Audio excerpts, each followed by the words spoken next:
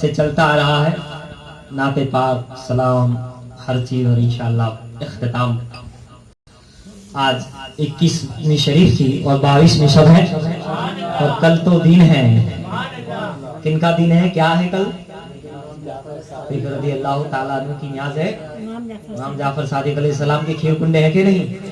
سبحان اللہ. ہمارے نصیب میں کھیر کنڈے ہے, کھیر بھی ہے اور کھیر کے ساتھ پوری بھی ہے.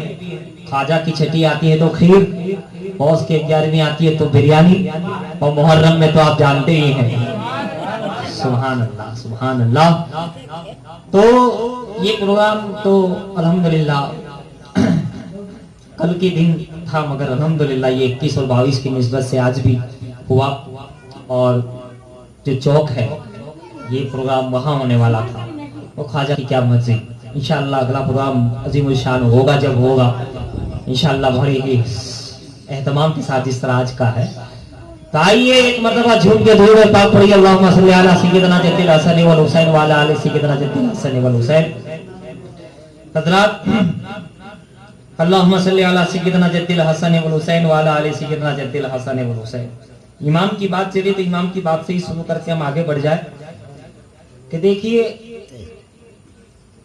مولا علی شیر خدا کرم اللہ تعالی وجہ الکریم, کیا شان ہے علی کی, کیا شان ہے مولا علی کی, مولا علی کی, شیر خدا کی, کرم اللہ تعالی وجہ الکریم, کہ جس کے علم اور جس کی طاقت اور توانائی میں سبحان اللہ حضرت عبداللہ ابن عباس رضی اللہ تعالی عنہ جیسے مفسر اور بہت بڑے علم کے سمندر عبداللہ ابن عباس رضی اللہ تعالیٰ عنہ جو جانتے ہیں اگر تو آپ ایسے مفسر ہے کہ خود مصطفیٰ نے جنہیں قرآن کی تفسیر کا مفسر کہاں ہو, مفسر اعظم کہاں ہو, وہ کیسا مفسر ہوگا؟ مفسر کہاں تو مفسر اعظم.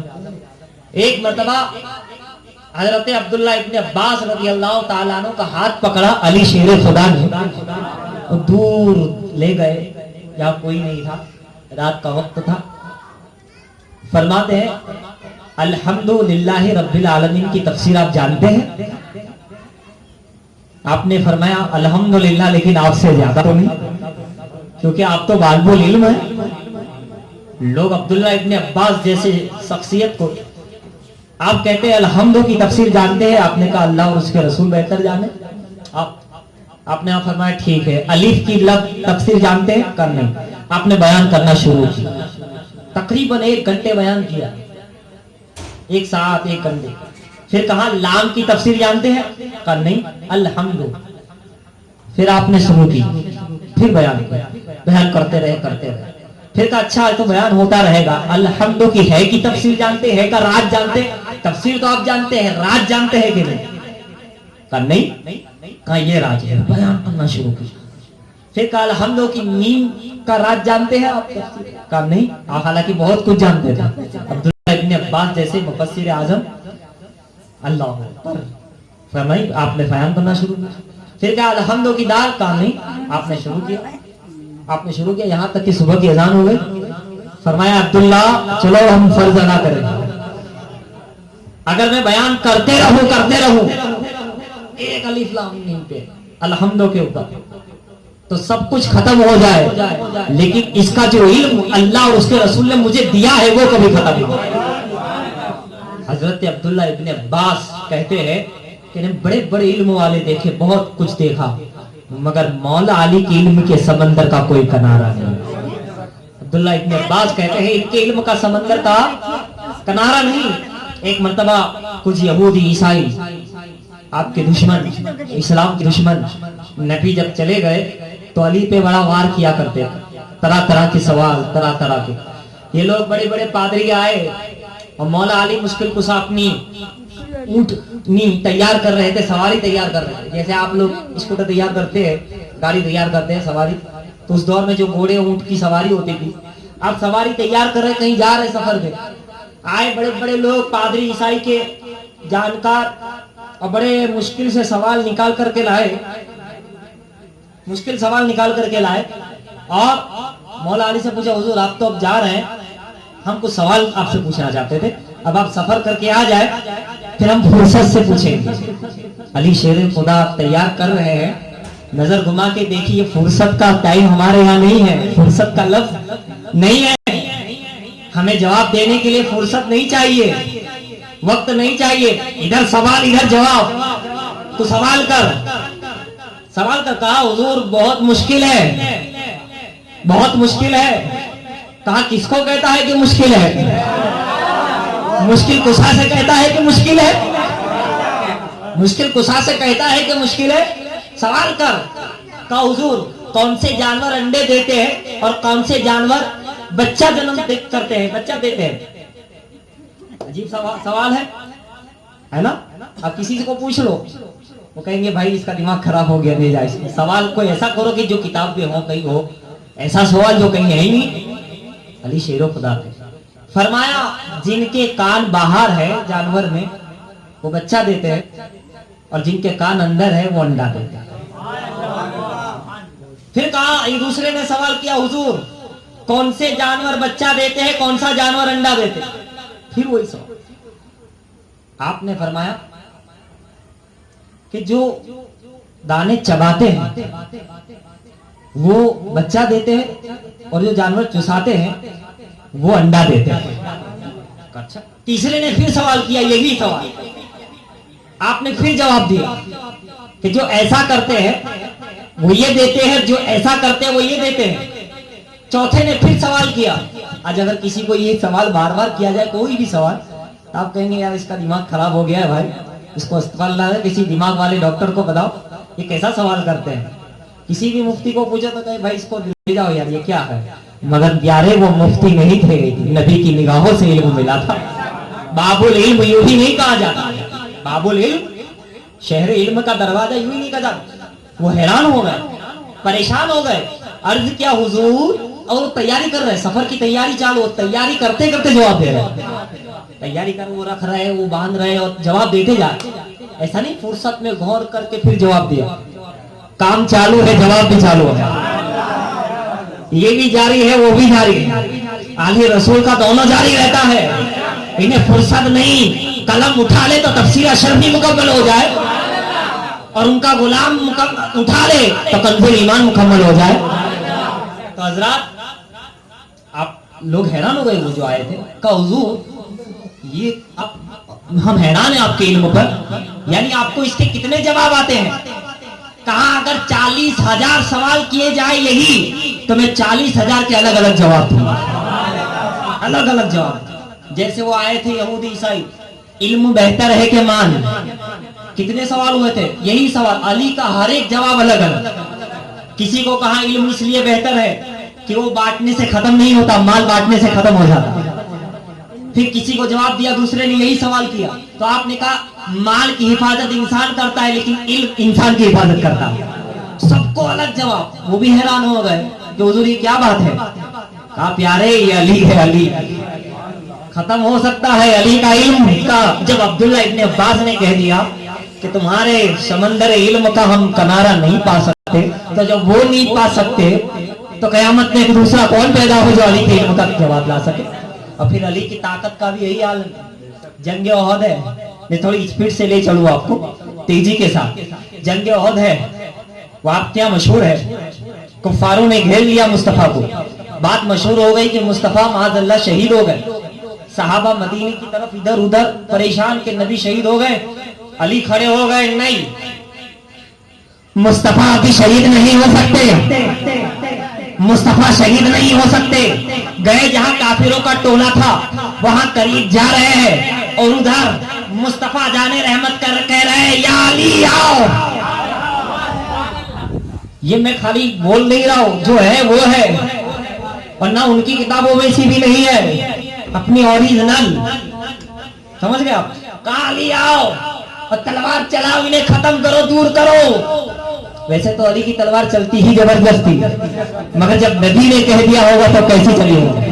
جانتے ہو کیسی چلی؟ علی آئے, حیدر کرار لہراتے ہوئے اور یوں کافروں پر حملہ کیا کہ اللہ اکبر. ہزاروں کافروں پر ایک شیر خدا کی تلوار کی بات پڑنی تھی. ایسی چلی تلوار کہ تلوار چلتی رہی. حضرت جبرائیل زمین پر آ گئے, سدرا سے زمین پر آئے روح الامین. کہا یا رسول اللہ, ہر امت کے جوان مرد کو میں نے دیکھا, تلوار چلاتے دیکھا, مگر علی جیسا نہیں دیکھا. اللہ کی طرف سے آئی آواز, لا سیف الا علی الا ذوالفقار. علی جیسا کوئی بہادر نہیں, ذوالفقار جیسی کوئی تلوار نہیں.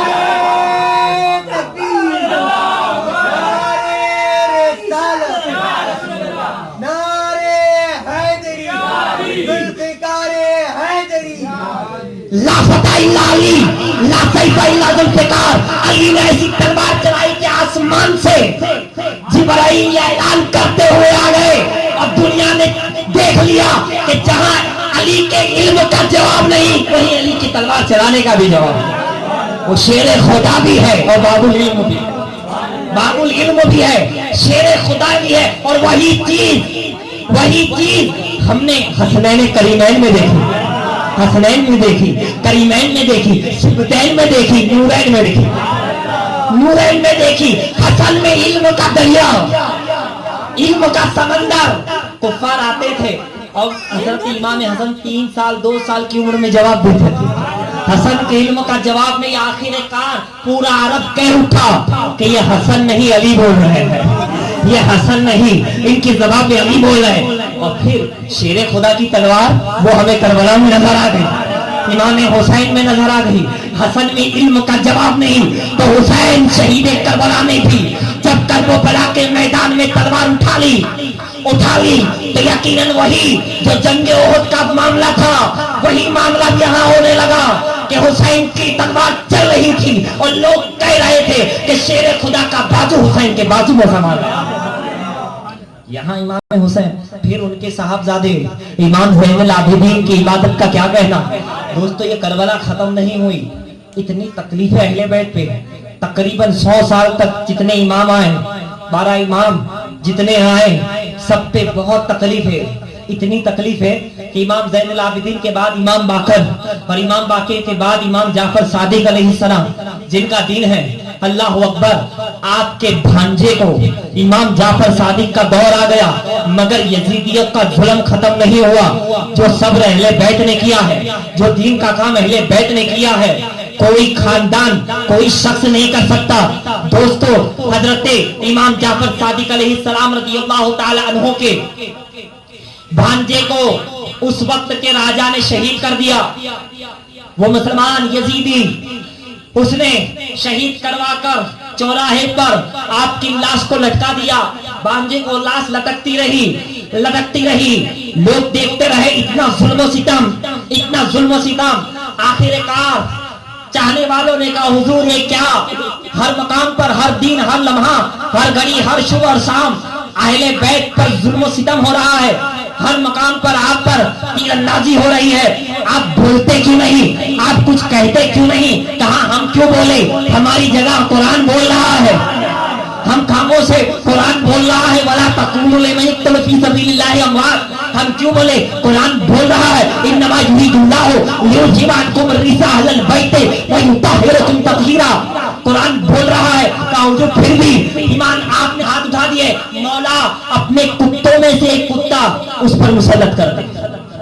اتنا کہنا تھا کہ فوراً ایک آیا شخص اور کہا حضور ایک شیر اس پر مسلط ہو گیا, اسے کھا گیا. ہمارے کتے یہ ہیں اور خدا کے کتے یہ شیر ہے, جسے ہم شیر کہتے ہیں جنگل کے راجا, یہ خدا کے کتے ہیں, یہ خدا کے کتے ہیں. اور جب کتوں کا یہ عالم ہے جسے ہم شیر کہتے ہیں تو پھر شیر خدا کا عالم کیا ہوگا. کہا مولا تیرے کتوں میں سے ایک کتے کو مسلط کر دے, یعنی اس پر کر دے اور اس کو ختم کر دے.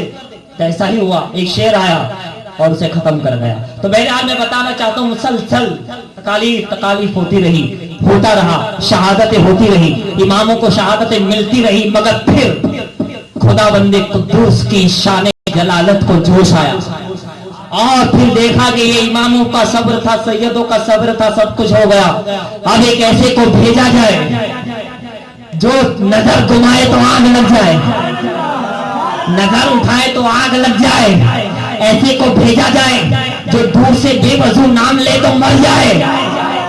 ایسے کو بھیجا جائے کہ اگر بے وضو نام لے تو مر جائے، ایسے کو بھیجا جائے، یعنی ایسی شان اب صبر ہو گیا، سب کچھ ہو گیا، اب کوئی جاؤ جلال والا تاکہ پتا چل جائے کہ وہ صبر سید تھا، یہ طاقت سید ہے۔ وہاں صبر کا مظاہرہ تھا، یہاں طاقت۔ تو خدا نے ایک بندے کو خاص چنا اور جن کا نام شیخ عبد القادر جیلانی ہے، غوث اعظم، دستگیر، غوث الاقوام، فرد الافراد، قطب الاقطاب، پیرانی پیر، روشن ضمیر پیدا ہوئے، اور اللہ اکبر واللہ العظیم آپ کی شان جلالت کا یہ عالم تھا کہ جب آپ چلتے تھے دور دور تک کفر و ستم دور ہو جایا کرتا تھا، ظلم ختم ہو جایا کرتا تھا۔ وہ غوث اعظم حضرات گرامی، اللہ تبارک و تعالیٰ تک پہنچنے کی بہت سے راستے ہیں، بہت سے راستے ہیں۔ علم بھی ایک راستہ ہے، عمل بھی ایک راستہ ہے، عبادت بھی ایک راستہ ہے، ریاضت بھی ایک راستہ ہے، تلاوت بھی ایک راستہ ہے۔ خدا تک پہنچنے کے بہت سے راستے ہیں۔ کتنے راستے ہیں؟ بہت سے۔ صوفیاء کہتے ہیں کہ جتنا پان کے اندر جتنی لکیریں ہوتی ہیں درخت کے پتوں میں، اتنے راستے خدا تک پہنچنے کے۔ لاکھوں کروڑ راستے ہیں خدا تک پہنچنے کے، لیکن جب سب سے پاورفل راستہ کون سا ہے؟ سب سے زبردست راستہ کون سا ہے؟ نماز بھی اللہ تک روز پہنچنے کا راستہ ہے، روزہ بھی ہے، حج بھی ہے، زکات بھی ہے، تلاوت بھی ہے، صدقہ بھی ہے، حلال روزی بھی ہے، حقوق اللہ بھی ہے، حقوق العباد بھی ہے نا، سجدہ بھی ہے، تہجد بھی ہے، نوافل بھی ہے، وابین بھی ہے، چاشت بھی ہے، اشراق بھی ہے، صدقات بھی ہے، خیرات بھی ہے، زکات بھی ہے، مدد بھی ہے، یتیموں کی دستگیری بھی ہے۔ مگر یہ بتاؤ سب سے زبردست راستہ کون سا؟ اور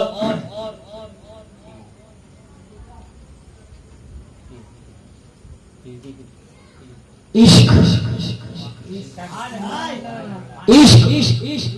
عشق رسول، عشق ایسا راستہ ہے جو سارے راستوں پہ پھیلے۔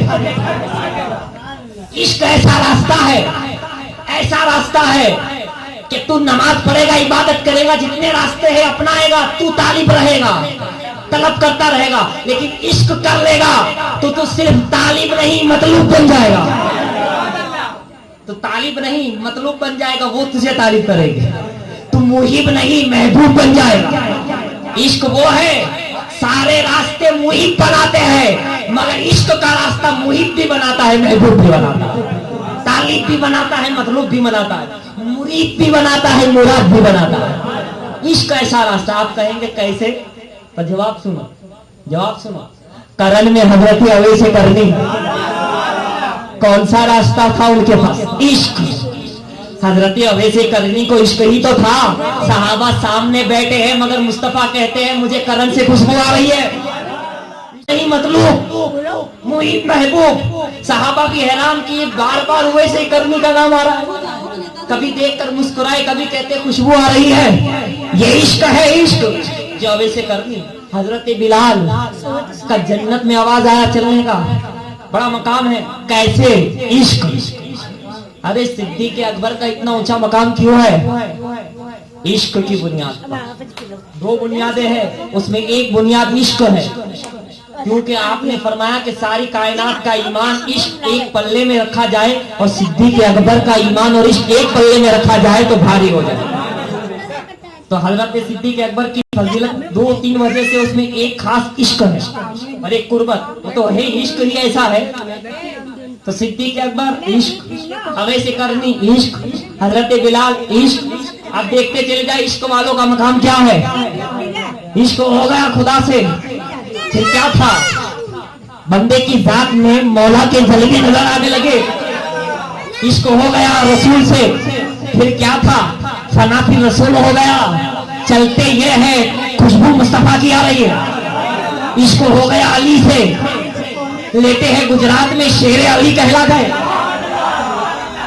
عشق ہو گیا خدا سے لے کر ولی تک، دنیا ڈھونڈنے لگی شاہ عالم کے اشارے سے۔ ایک نہیں چار قبر بن گئی، موسیٰ سہاگ ہو گئے۔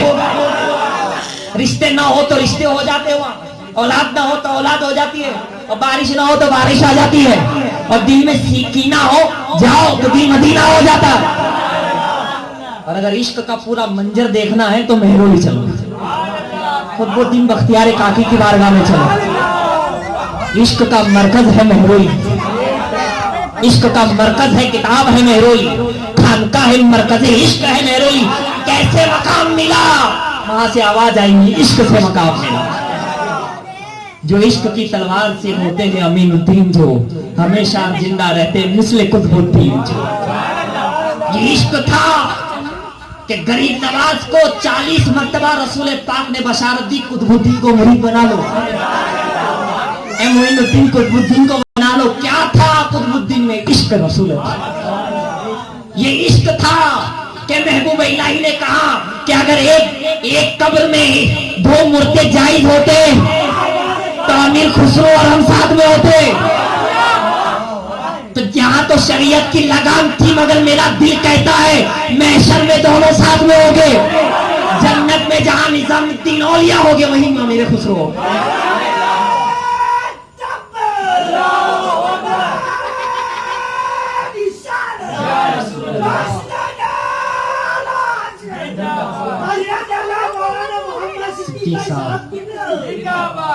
حضرات تو یہ عشق تھا محبوب الہی اور امیر خسرو کا۔ تو دوستو یہ عشق کا مقام کیسا ملا؟ عشق سے جو مقام ملتے ہیں وہ اور راستہ سے نہیں ملتے، اسی لیے تو یہ اہل سنت اہل عشق ہے، اہل عشق و محبت ہے، اہل محبت ہے۔ اسی لیے تو امام عشق و محبت بھی ہے اور تاجدار اہل سنت بھی ہے، تاجدار اہل محبت بھی ہے۔ ادھر محبت ہی محبت ہے، یہاں عشق ہی عشق ہے۔ اگر بات کرو تو بہت لمبی ہو جائے گی۔ حضرت علی اور فاروق اعظم سے کہا رضی اللہ تعالیٰ عنہ تم دونوں جاؤ گے۔ صدیق اکبر نے کہا اے آقا تم اویس کا بار بار نام لیتے ہو، کیا میں جاؤں گا؟ کہا نہیں۔ عمر نے کہا کیا میری حاضری ہوگی؟ کہا کیوں نہیں۔ عثمان نے کہا کیا میں؟ کہا نہیں۔ کہا علی نے کہا حضور ایسے عاشق سے تو ہم بھی ملنا چاہتے ہیں۔ دیکھو عشق کیا مرتبہ دے رہا ہے، عشق کیا مرتبہ دے رہا ہے۔ حالانکہ علی کا عشق بھی ایسا نہیں ہے۔ علی کا عشق اگر بیان کیا جائے تو جیسے علم میں بے مثال اور بہادری میں بے مثال، تو اگر عشق علی دیکھا جائے کہ علی کو مصطفیٰ سے کیسا عشق تھا تو دوستو جان دے دی بستر پر سو گئے۔ اے علی یہ بستر موت ہے، میں جا رہا ہوں، تمہیں موت کا خطرہ تو نہیں، تمہیں کوئی تکلیف تو نہیں؟ کہ یا رسول اللہ ہم جیتے بھی آپ کے لیے ہیں، مرتے بھی آپ کے لیے۔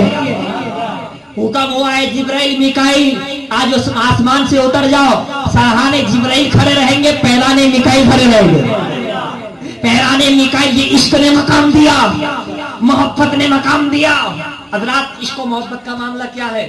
حضرت اویس کرنی سے کہا تم جاؤ گے، لیکن سنو ان کی یہی علامتیں ہیں۔ دیکھو عاشق بننے سے یہ فائدہ ہے کہ خود جس کے تم معشوق ہو تمہاری باتیں بیان کرتا ہے کہ وہ ایسا ہے، وہ ایسا ہے، وہ ایسا ہے۔ مصطفیٰ کی زبان سے اویس کرنی کے بارے میں کہ ان کی یہ علامتیں ہیں، ان کی یہ نشانی میں مختصر عرض کرواؤں۔ اور یہ میرا جبہ لے جاؤ، سبحان اللہ، یہ میرا جبہ لے جاؤ اور جا کے اویس کرنی سے کہنا کہ جبے کو ہاتھ میں لے کر میری امت کی بخشش کی دعا مانگے۔ عشق نے مقام کتنا اونچا دیا وہ ذرا سا دیکھیے۔ عشق نے کہاں پہنچا دیا کہ مصطفیٰ جان رحمت نے اپنا جبہ عطا فرما رہے اور کہہ رہے میری امت کے لیے دعا کروانا اس کے وسیلے سے، تاکہ اللہ تعالیٰ اویس کرنی کی زبان بھیج دیے۔ ہائے مختصر یہ ہے کہ پہنچنے کے بعد جب یہ بات عرض کری تو حضرت اویس کرنی زاروں قطار رونے لگے۔ کہا میں کہاں نکما اور وہ کہاں آقا کا محبوب جبہ۔ وہ آقا سب سے اعلیٰ اور میں سب سے اعلیٰ و اعلیٰ ہے، سب سے بالا و بالا ہے ہمارا نبی۔ تو پھر اب تو کہا نہیں یہ نبی کا حکم ہے آپ کو کرنا ہے۔ کہا ٹھیک ہے، ہاتھ میں لیے دعا کر رہے ہیں مولا اس کے وسیلے سے تیرے محبوب نے کہا ہے امت کی بخشش فرما دے، امت کی نجات فرما دے، امت کی بخشش فرما دے، امت کو بخش دے، امت کو ہبا کر دے، امت کی بخشش کر دے۔ حکم آیا ہے ویس اب بس بھی کرو، بخش دیا۔ عشق نے کیا مقام دیا دیکھا آپ نے اویس کرنی کا مقام، عشق رسول پاک صلی اللہ علیہ وسلم۔ حضرات دعا کر رہے ہیں اے اویس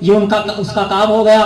یعنی اتنا زبردست اس کا دھیان نہیں دیا گیا, توجہ نہیں دی گئی, تو بالکل آپے سے باہر ہو گیا. باپ سمجھاتا ہے نہیں مانتا, ماں سمجھاتی ہے نہیں مانتا.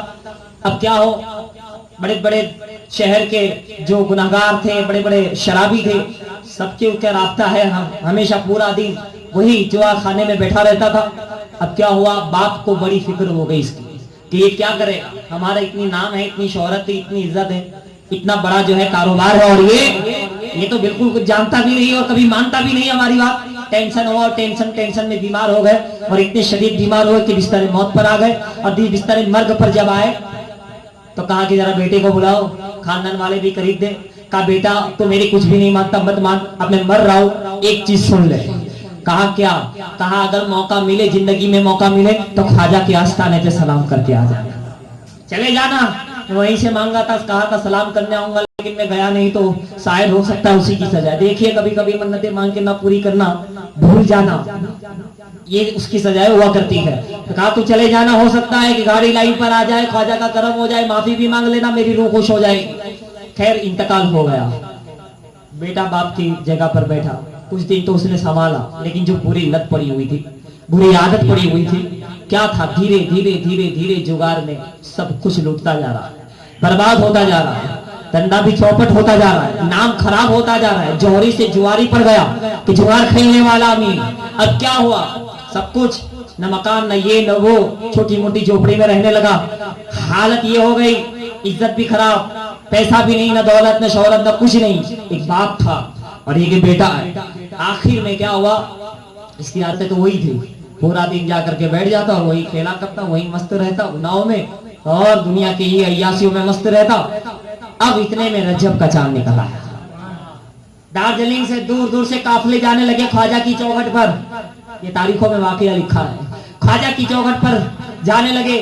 اب ان کے پاس صرف 10 روپے تھے. اس دور میں 10 روپے 10 آنا تھے.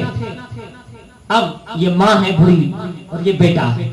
ماں نے کہا بیٹا دیکھ رجب کا چاند نکل آیا ہے اور لوگ ذوق در ذوق خواجہ کے آستانے پہ جا رہے ہیں, تو میں چاہتی ہوں کہ چل, باپ نے کہا بھی تھا, منت بھی باقی تھی, تو چل ہم دونوں جاتے ہیں, شاید کچھ بگڑی بن جائے.